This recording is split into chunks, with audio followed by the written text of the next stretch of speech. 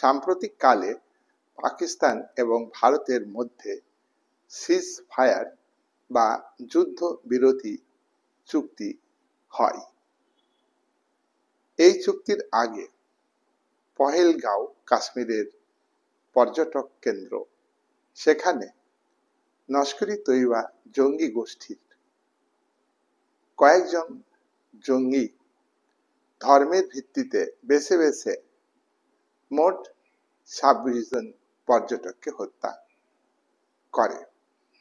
তার মধ্যে 25 জনই হিন্দু সম্প্রদায়ের। এতে ভারত ক্ষুব্ধ হয় এবং এই পহেলগাঁও হত্যার প্রতিবাদ হিসাবে ভারত অপারেশন সিঁদুর আক্রমণ করে। অপারেশন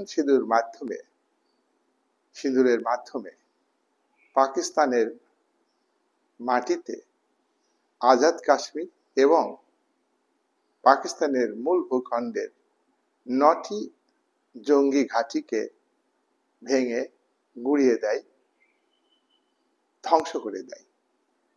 এতে পাকিস্তান সরকার এই জঙ্গিদের সমর্থন করে এবং এই জঙ্গিদের শহীদ বলে ঘোষণা করে। পাকিস্তান বর্তমানে IMF থেকে ঋণ নিয়ে সেই ঋণের টাকা জঙ্গিদের, প্রতি জঙ্গিকে, নিহত জঙ্গিদের 1 কোটি টাকা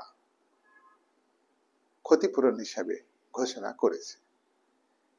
এবং পাকিস্তান যে জঙ্গি সংগঠনকে সমর্থন করে, জঙ্গিদের প্রশিক্ষণ দিয়ে ভারতের কাশ্মীর ভূখণ্ডে এবং বিভিন্ন সময়ে ভারতের বিভিন্ন জায়গাতে মুম্বাই হামলা ইত্যাদিতে পোলামো সেনাবাহিনীকে উপর হামলা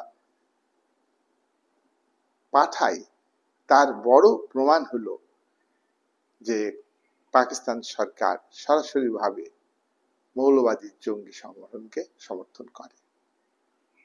পাকিস্তানের সেনাবাহিনী, পাকিস্তানের সরকার এবং পাকিস্তানের জঙ্গি সংগঠনগুলি ঐক্যবদ্ধভাবে ভারতকে ধারাবাহিকভাবে আক্রমণ করে। ভারত এবং পাকিস্তানের মধ্যে স্বাভাবিক সম্পর্কের অভাব, তিক্ত সম্পর্ক, তবুও তার মধ্যে বাণিজ্যিক চুক্তি, জল চুক্তি এবং ভিসা চুক্তি ছিল।